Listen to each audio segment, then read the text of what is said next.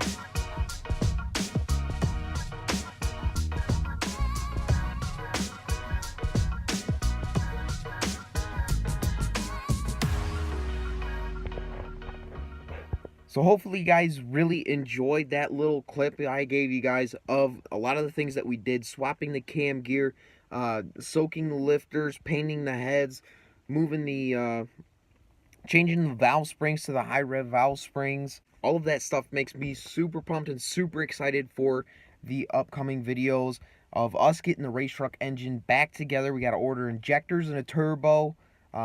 We need to put the front end of the truck together, which I'm hoping to maybe do tomorrow for you guys. That way we can start setting up for our remote oil cooler system and filtration system. So a lot of progress, guys. I am absolutely stoked. Cannot wait. All these new parts rolling in just drives me crazy. So super pumped about that. I hope you guys enjoyed this video. As always, guys, hit that subscribe button, like this video, and leave a comment down below, and I'll catch you guys on the next video.